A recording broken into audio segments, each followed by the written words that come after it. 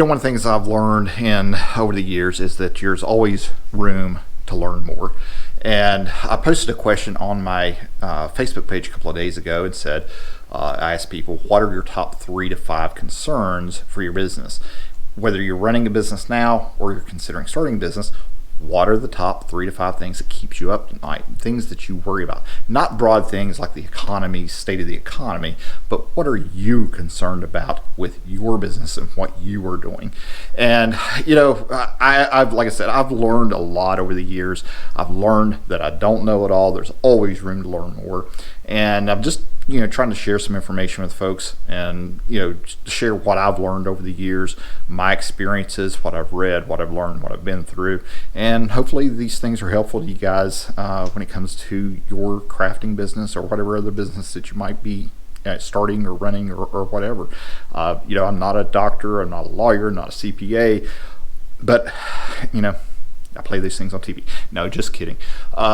These are things that I've just learned from experience, and hopefully they're helpful to you. Now, one question someone asked was whether they should focus on certain things or should they have a variety of craft items that they put together. So we're going to try to address that question in this video, and I'll give you my thoughts on that. There's probably some different opinions on this, and I'm of course going to give you mine. Some of the best business books that I've read were written by Jim Collins. The big book that he did was called Good to Great, and tons of business people have read that book. It is an excellent book. The audio book is super. He reads it himself. He used to be a professor at Stanford or something, and so he kind of teaches the book to you. The audiobook is captivating. It's incredible. I can't say enough about it from a business perspective.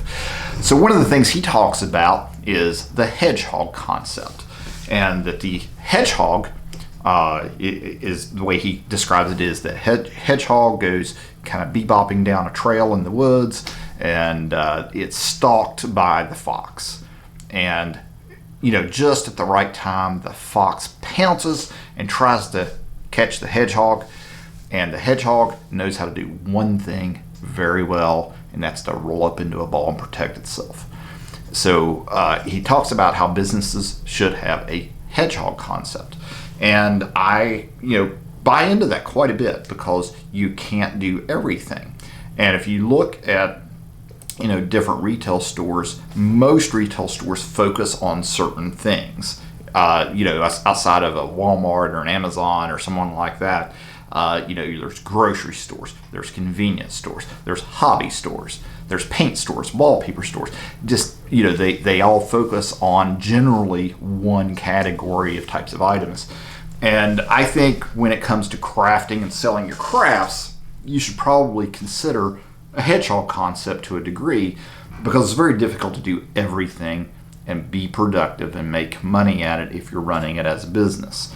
Unless you have a large space with employees that can do different things, it's going to be tough to do enough items and switch back and forth between those items in order to be productive and make money. Now, I'm sure there's people who are doing it and doing quite well at it, but they're probably a little bit different than most people.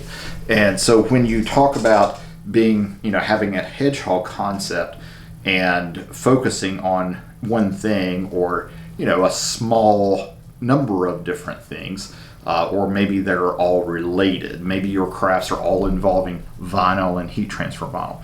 Maybe they all involve some type of epoxy and glitter and paint or something like that.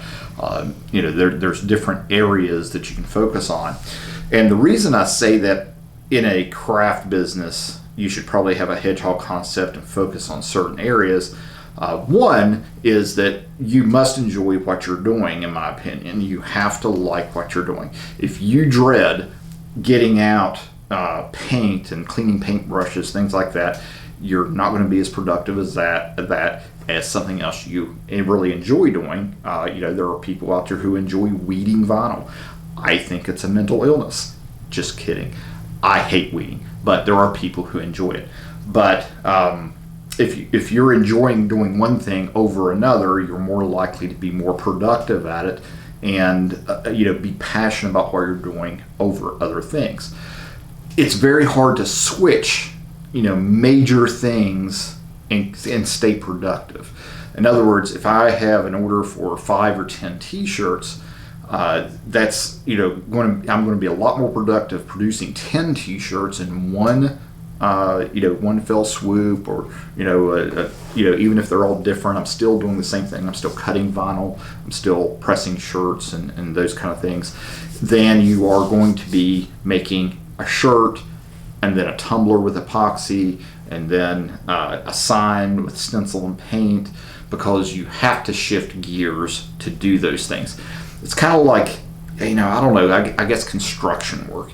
If you were one person or one crew and you did everything, and your people had to be multi-skilled, this is why construction crews have framers and carpenters versus masonry people, versus heavy equipment operators versus roofers and drywallers and all those things.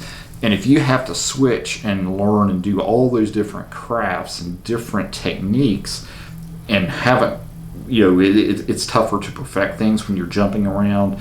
It can be kind of a distraction. Like I said, it can be demotivating if you're having to stop and do something you don't really enjoy. All of those things that you need to consider focusing on certain areas, in my opinion.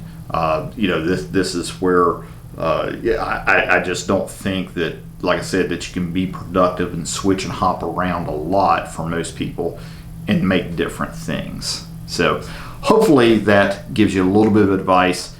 Think about the Hedgehog Concept, being able to do one thing or a group of things really well, be really passionate about that, and focus on those things rather than taking on other things that people want. That there's always people who's, if you're specializing in making t-shirts and someone says, I'd really like to have a tumbler that matches my shirt, is it going to be worth it to produce one tumbler out when most of your people are ordering shirts?